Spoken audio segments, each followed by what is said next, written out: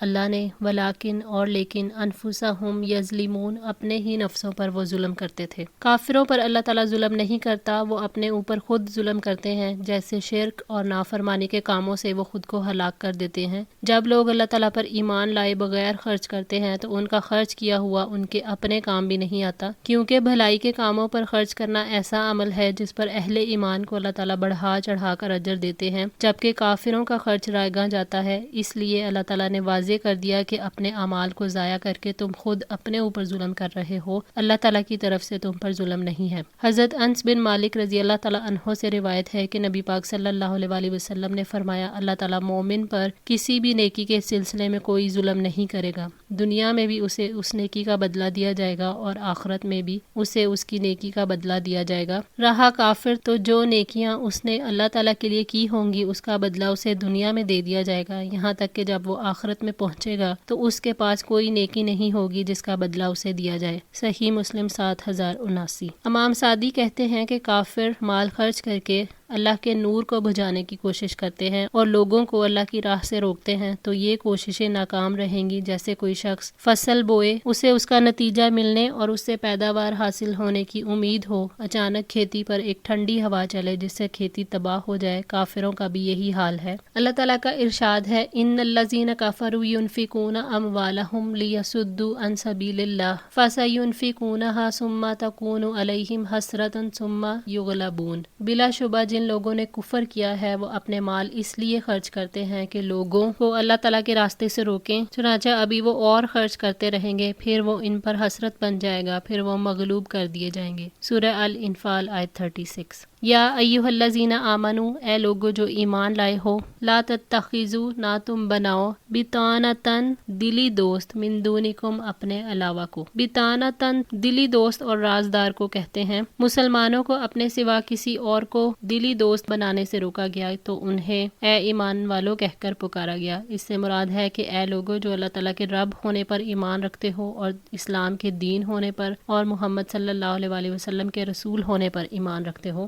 کافر اور مشرک مسلمانوں کے بارے میں دل میں جو دشمنی کے جذبات رکھتے ہیں اس کی وجہ سے مسلمانوں کو ان سے دوستی کو ناجائز قرار دیا گیا ہے۔ یہ مسلمانوں کے خلاف اپنے دلوں میں کینہ رکھتے ہیں، دن رات ان کے خلاف سازشیں کرتے ہیں، جس چیز سے مسلمانوں کو نقصان پہنچے وہ ان کو محبوب ہوتی ہے۔ مسلمانوں کا بھلا جہاں پہ ہوتا ہے تو انہیں برا لگتا ہے۔ مسلمانوں کو روکا گیا ہے کہ ان پر اعتماد نہ کریں، نہ اپنے راز انہیں بتائیں، نہ ان سے مشورہ لیں۔ اس آیت کا مقصد تعلقات سے روکنا نہیں بلکہ یہ ہے کہ کفر پر اعتماد نہ کیا جائے اور کبھی غیر مسلموں کو اپنا سچا خیر خواہ نہ سمجھا جائے۔ حضرت انس رضی اللہ تعالیٰ عنہ نے یہ حدیث بیان کی کہ مشرکوں کی آگ سے روشنی طلب نہ کرو اور اپنی انگوٹھی میں عربی نقش نہ کرو۔ انہوں نے آ کر حسن بصری سے اس کی تشریح دریافت کی تو آپ نے فرمایا کہ پچھلے جملے کا تو یہ مطلب ہے کہ انگوٹھی پر محمد صلی اللہ علیہ وآلہ وسلم نہ کھدواؤ، اور پہلے جملے کا یہ مطلب ہے کہ مشرکوں سے اپنے کاموں میں مشورہ نہ لو۔ دیکھو کتاب اللہ میں بھی ہے کہ ایمانداروں اپنے سوا دوسروں کو ہمراز نہ بناؤ۔ لا یألونکم، نہ وہ کمی کریں گے تم سے، خبالن کسی خرابی کی، وہ تمہیں کسی طرح برباد کرنے میں کوئی کمی نہیں کرتے۔ کافر اور مشرک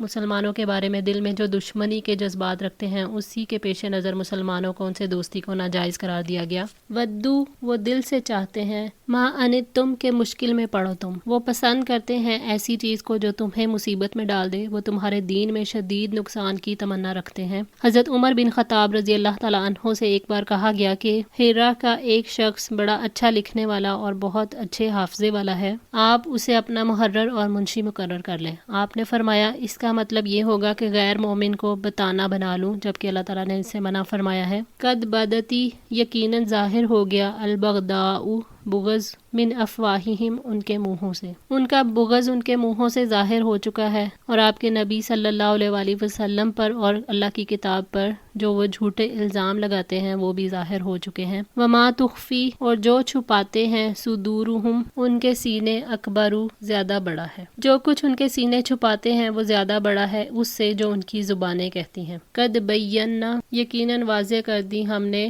لکم الآیاتی، تمہارے لیے نشانیاں، ان کنتم تأقلون، تعقلون، اگر تم سمجھتے ہو. یعنی اگر تم اللہ تعالیٰ کے احکامات اور اس کی نصیحتوں کو سمجھتے ہو تو اللہ تعالیٰ نے واضح دلائل دے دیے ہیں جس سے تم اپنے دشمن کو پہچان کر اس کی دوستی سے بچ سکتے ہو. عقل سے کام لینے والا انسان غیروں پر بھروسہ نہیں کرتا. ہا انتم اولائی، خبردار تم وہ لوگ ہو، تحبونہم، تم محبت رکھتے ہو ان سے. یعنی دیکھو تم لوگ ہی ان سے محبت کرتے ہو، تم ان کے لیے اسلام چاہتے ہو اور وہ بہترین چیز ہے، اور وہ سب تمہارے لیے کفر چاہتے ہیں جبکہ وہ ہلاکت ہے. ابن جریج نے کہا مومن منافق کے لیے بہتر ہے بنسبت منافق کے جو مومن کے لیے بہتر نہیں ہے. انسانوں کے لیے دل میں محبت کا ہونا ثابت کرتا ہے کہ انسان حق پر ہے، انسان اللہ تعالیٰ کو حقیقی معنوں میں پا لینے والا ہے، اس لیے کہ اللہ تعالیٰ سراپا رحم ہے تو اس کے بندے کا دل بھی مخلوق کے لیے کھلا ہوتا ہے. مومن کے لیے تمام انسان یکساں ہیں، وہ ہر ایک کے لیے وہی کچھ چاہنے لگتا ہے جو اپنے لیے چاہتا ہے. وَلَا يُحِبُّونَكُمْ، اور وہ تم سے محبت نہیں رکھتے. جو لوگ اللہ تعالیٰ کے ساتھ جڑے ہوئے نہ ہوں وہ اللہ تعالیٰ کو حقیقی معنوں میں نہیں پاتے. اللہ تعالیٰ سے بے تعلقی کی وجہ سے ایسے لوگ ذات کی سطح پر جیتے ہیں. ایسے لوگوں کی زندگی کا سرمایہ بس اپنے فائدے اور اپنے گروہی تعصبات ہوتے ہیں، یعنی بس اپنے گروہ کے علاوہ ہر کسی کو اپنا دشمن سمجھتے ہیں.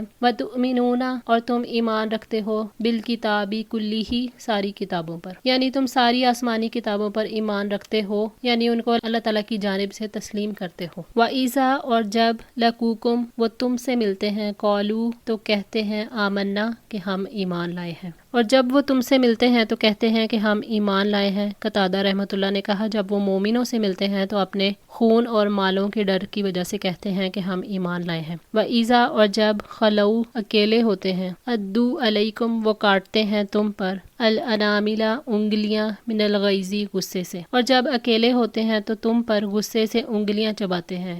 قتادہ رحمۃ اللہ نے کہا جو کچھ وہ اپنے دلوں میں غصہ اور نفرت پاتے ہیں اس کی وجہ سے تم پر غصے میں انگلیاں چباتے ہیں. کل، آپ کہہ دیں، موتو، تم مر جاؤ، بغیظکم، اپنے ہی غصے میں. اہل کتاب کے غصے سے انگلیاں چبانے پر انہیں یہ بات کہی گئی ہے تاکہ انہیں یہ پتہ چل جائے کہ اللہ تعالیٰ دل کے حالات کو جانتا ہے، اور یہ کہ یہ اللہ کا فضل ہے، وہ جس کو چاہے نبوت کے لیے منتخب کرے. اس کے فیصلوں پر کسی کا طرز عمل اثر انداز نہیں ہو سکتا. اس میں مومنوں کے لیے خوشخبری ہے کہ یہ دشمن تمہیں نقصان پہنچانے کا ارادہ رکھتے ہیں لیکن اصل میں اپنا ہی نقصان کر رہے ہیں. وہ مرتے دم تک دنیا کا یہ عذاب سہتے رہیں گے اور مرنے کے بعد دنیا کے عذاب سے آخرت کے عذاب کی طرف منتقل ہو جائیں گے. ان اللہ، بے شک اللہ، علیم، خوب جاننے والا ہے، بذات الصدور، دلوں کی باتوں کو. اللہ تعالیٰ نے مومنوں اور کافروں کے دلوں کے حال سے اپنے علیم بذات الصدور ہونے کا شعور دلایا ہے کہ تم ان سے محبت کرتے ہو جبکہ وہ تم سے محبت نہیں کرتے. محبت کا معاملہ دل کا ہے جس سے وہی واقف ہو سکتا ہے جو دلوں کے بھید کو جانتا ہو. اللہ تعالیٰ نے کافروں کے غصے اور دل کی جلن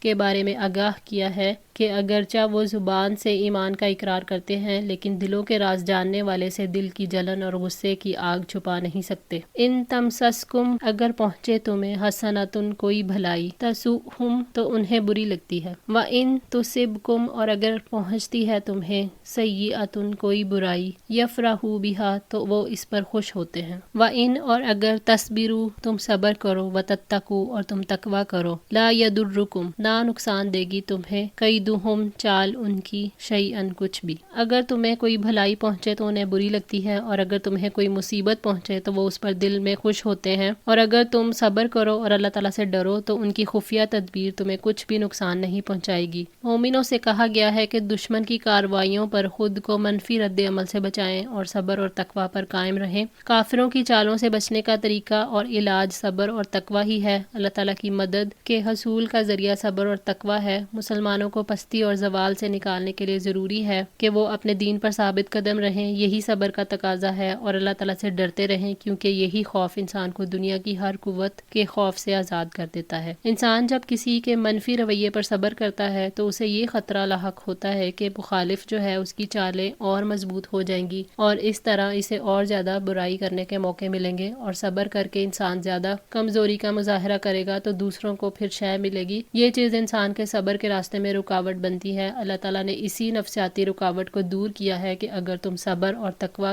اختیار کرو گے تو ان کی چالیں تمہیں نقصان نہیں دیں گی، اور اللہ تعالیٰ سے بڑھ کر اپنی بات میں کون سچا ہو سکتا ہے. ان اللہ بے شک اللہ بما یعملون اس کو جو وہ عمل کرتے ہیں محیط گھیرنے والا ہے. جو کچھ وہ کرتے ہیں اللہ تعالیٰ یقیناً اس کا احاطہ کرنے والا ہے. اللہ تعالیٰ دونوں فریقوں کے اعمال کو جانتا ہے کہ کون کیا کر رہا ہے, کس کے دل میں کیا ہے, کون کیا ظاہر کر رہا ہے, کون اللہ تعالیٰ کی راہ میں اپنی جان گھلا رہا ہے اور کون دین سے نکل رہا ہے. اللہ تعالیٰ سب کے اعمال کو گھیرے ہوئے ہے. اللہ تعالیٰ نے یہ اس لیے فرمایا تاکہ انسان اپنے دلوں پر اللہ تعالیٰ کی حکومت کو محسوس کر کے اس کے آگے جھک جائیں, سرکشی سے باز آ جائیں, اپنے آپ کو قابو میں رکھیں, اللہ تعالیٰ سے ڈر جائیں اور تقوی اختیار کریں اور صبر کریں. مومن اللہ تعالیٰ پر توکل کریں اور اسے اپنے لیے کافی سمجھیں. آج کے لیے اتنا ہی. دعا ہے اللہ تعالیٰ ہماری اس کوشش کو قبول فرمائے, ہماری غلطیوں کو تاہیوں کو معاف فرما کر ہماری اصلاح فرمائے. جزاکم اللہ خیر. والسلام علیکم ورحمۃ اللہ وبرکاتہ.